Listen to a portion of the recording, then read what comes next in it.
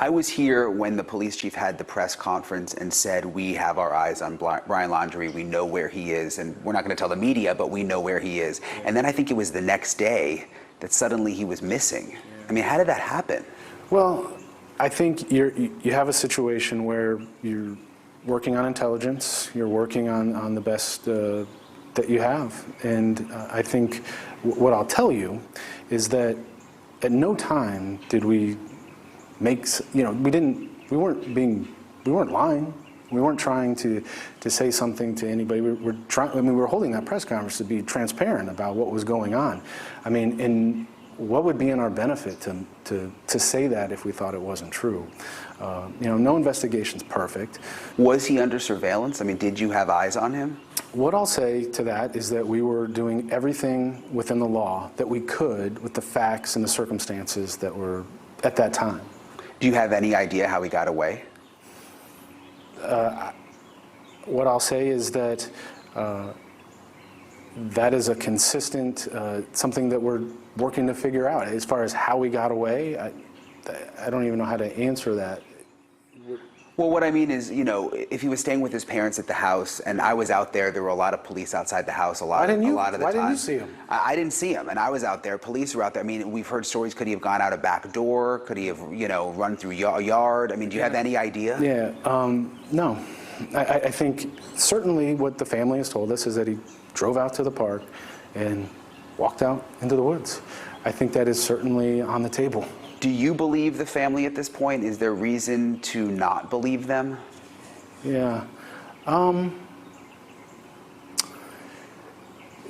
At this point, everything that I've learned and we figured out is I don't know necessarily what to believe anymore.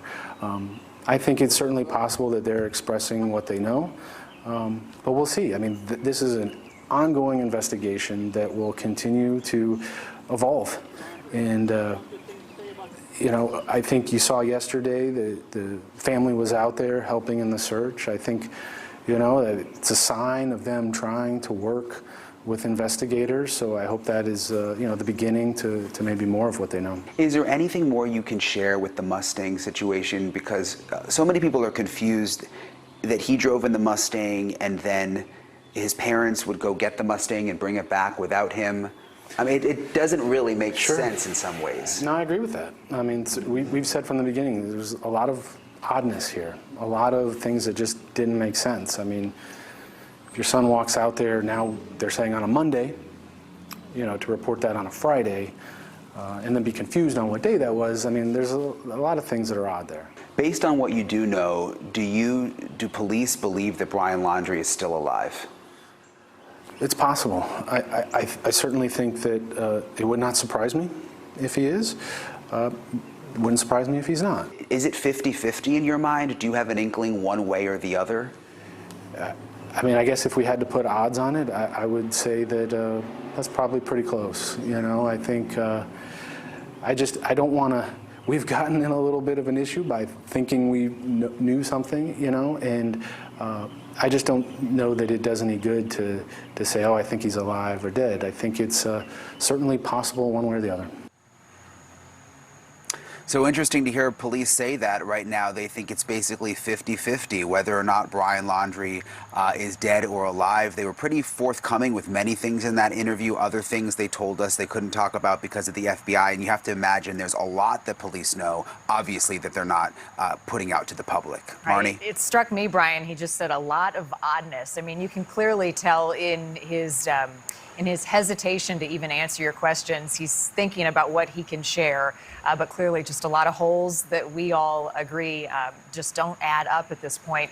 So I wonder if the FBI right now is in control of the investigation, what role is Northport Police playing in all of this, if any?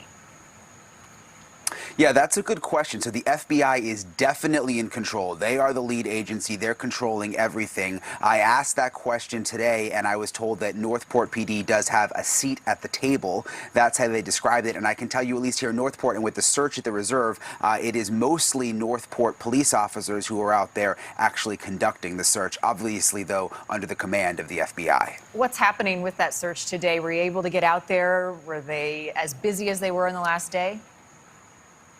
Not as busy as what we've seen in past days, at least from what we could see. I mean, you have to remember it's 24,000 acres, so it's hard to keep track of exactly what they're doing, but it does not appear there was as much going on there today. And we know that the Laundries, Christopher Laundrie, was not out at the reserve today. The other thing, Brian, we keep hearing is these multiple sightings of Brian Laundrie, whether it's in North Carolina today. I read as far away as Montana. Are they saying anything about these sightings and how they're going about investigating them? Well, Northport Police today said again that none of the sightings have been confirmed at all. We know that they are investigating because Dennis, the hiker, the one along the Appalachian Trail, told me yesterday that he had a 45-minute interview with the FBI in person. So they're obviously taking these situations seriously, but nothing confirmed so far.